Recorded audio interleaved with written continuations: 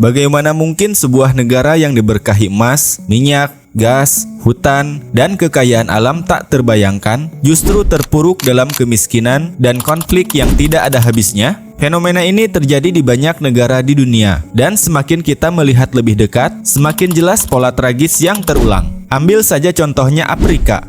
Benua ini punya cadangan mineral langka terbesar di muka bumi: emas, berlian, kobalt, uranium, minyak, dan tembaga. Namun hidup rakyatnya masih bergulat dengan kemiskinan ekstrim. Banyak negara di sana justru saling berperang untuk memperebutkan kekayaan ini. Dan ironisnya, mereka merampas kekayaan yang seharusnya membawa kemakmuran bagi rakyatnya sendiri. Jika kita menoleh sedikit lebih dekat, Indonesia pun mengalami cerita yang serupa. Papua misalnya memiliki cadangan emas yang termasuk terbesar di dunia, tapi justru masyarakat asli Papua masih berjuang mendapatkan kesejahteraan dasar, infrastruktur minim, layanan publik terbatas, dan kesejahteraan jauh dari kata merata. Di seluruh dunia, sayangnya pola ini terus berulang. Fenomena inilah yang sering disebut oleh para ekonom sebagai kutukan sumber daya alam. Lalu, bagaimana mungkin kekayaan alam yang seharusnya menjadi anugerah justru berubah menjadi kutukan? Mari kita dengarkan cerita waktu.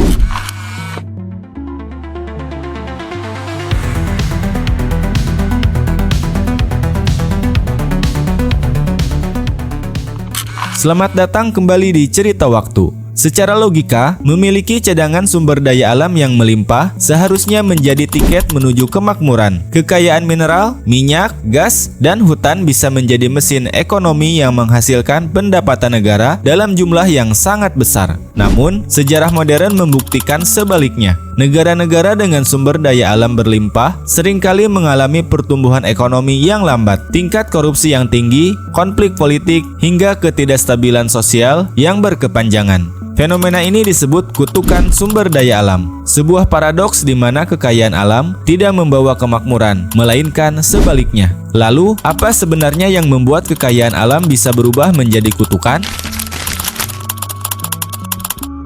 Kutukan sumber daya alam adalah fenomena ketika negara yang kaya akan sumber daya alam justru tertinggal dari negara-negara yang miskin sumber daya. Kekayaan alam malah menciptakan ketergantungan ekonomi, memperlemah inovasi, menaikkan korupsi, dan memicu konflik internal yang sulit diatasi. Fenomena ini terjadi ketika negara tidak mengelola sumber dayanya secara bijak dan terlalu mengandalkan pendapatan sektor sumber dayanya, seperti tambang, migas, atau komoditas mentah sebagai satu-satunya sumber pemasukan. Ketika pendapatan negara hanya bergantung dari kekayaan alam, efek domino mulai muncul ke seluruh sektor. Pertumbuhan industri melemah, kualitas pendidikan stagnan, lapangan kerja terbatas, dan inovasi teknologi berjalan sangat lambat. Pemerintah seringkali lebih fokus mengejar keuntungan cepat dengan mengeksploitasi sumber daya secara berlebihan daripada membangun sistem ekonomi yang berkelanjutan.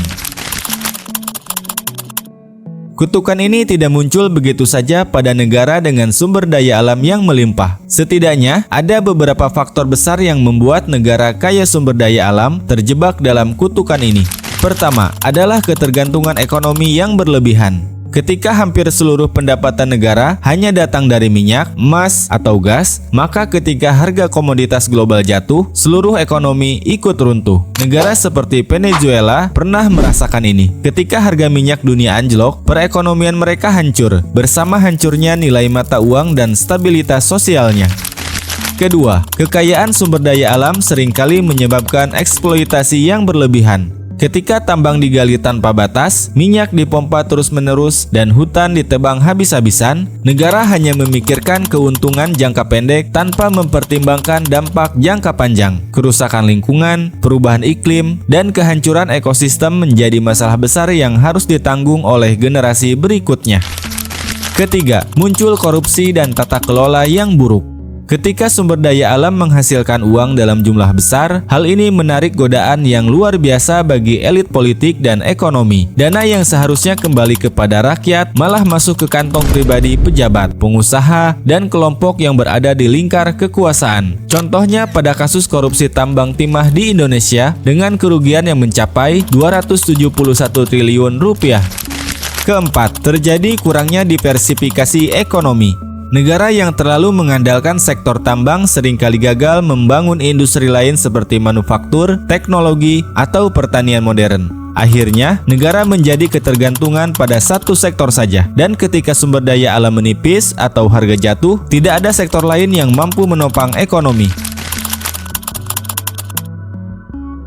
Kekayaan alam tidak otomatis menjadi kutukan. Yang membuatnya menjadi kutukan adalah cara pengelolaannya. Salah satu contoh paling dramatis adalah Nauru, sebuah negara kecil di Pasifik. Di tahun 1970-an, Nauru menjadi salah satu negara terkaya di dunia berdasarkan pendapatan per kapita. Berkat cadangan fosfatnya yang sangat besar, penduduknya hidup sangat makmur. Bahkan negara ini pernah memberikan fasilitas seperti pendidikan dan layanan kesehatan gratis. Namun, semua berubah dalam hitungan dekade. Penambangan fosfat secara besar-besaran menghancurkan 80% permukaan pulau, meninggalkan tanah tandus yang tidak layak huni. Ketika cadangan fosfat habis di tahun 2000-an, ekonomi Nauru runtuh. Negara ini mengalami kebangkrutan dan kini hidup mengandalkan bantuan dari negara lain. Fosfat yang dulu menjadi sumber kekayaan justru menjadi sumber bencana.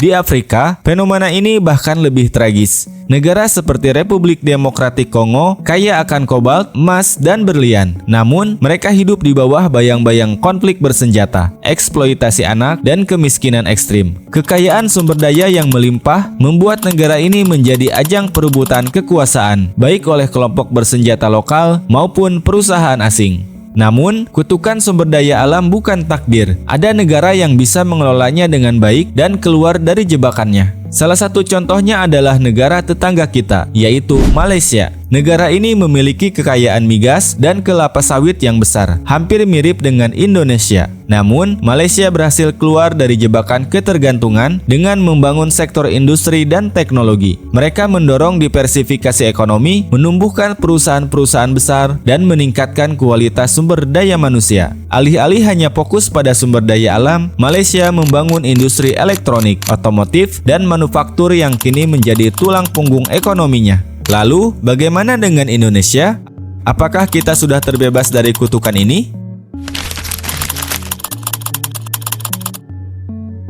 Indonesia adalah negara dengan cadangan nikel, timah, batu bara, minyak, sawit, dan emas yang sangat besar. Tapi sayangnya, Indonesia belum sepenuhnya lepas dari kutukan ini. Masih banyak praktik eksploitasi alam yang dilakukan tanpa memperhatikan keberlanjutan. Hutan dibabat habis demi perkebunan sawit. Tambang digali tanpa memulihkan lahan, sungai tercemar limbah industri, dan masyarakat sekitar tambang seringkali tidak mendapatkan manfaat apapun dari kekayaan yang diambil dari tanah mereka. Kita bisa melihatnya di banyak daerah, mulai dari hancurnya ekosistem laut di Maluku akibat tambang, hingga kerusakan lingkungan parah di Kalimantan karena penambangan batu bara. Banyak desa kehilangan akses air bersih, banyak lahan pertanian tidak lagi produktif. Sumber daya alam yang seharusnya menjadi anugerah justru menciptakan penderitaan. Dan di balik semua ini, tidak sedikit kasus korupsi yang berkaitan dengan izin pertambangan, perkebunan, dan pengelolaan hutan. Ini membuat Indonesia masih berada dalam siklus kutukan sumber daya alam. Kutukan sumber daya alam bukan tentang batu bara, minyak, atau emas. Ini tentang manusia, sistem, dan bagaimana sebuah negara memutuskan masa depannya. Kekayaan alam bisa menjadi fondasi kejayaan sebuah bangsa, tapi bisa juga menjadi sumber kehancuran jika kita tidak bisa mengelolanya dengan baik. Menurut kamu, apakah Indonesia bisa keluar dari kutukan sumber daya alam ini? Tulis pendapatmu di kolom komentar. Terima kasih sudah menonton video ini. Dukung terus kami dengan menekan tombol like dan subscribe. Sampai jumpa di video lainnya.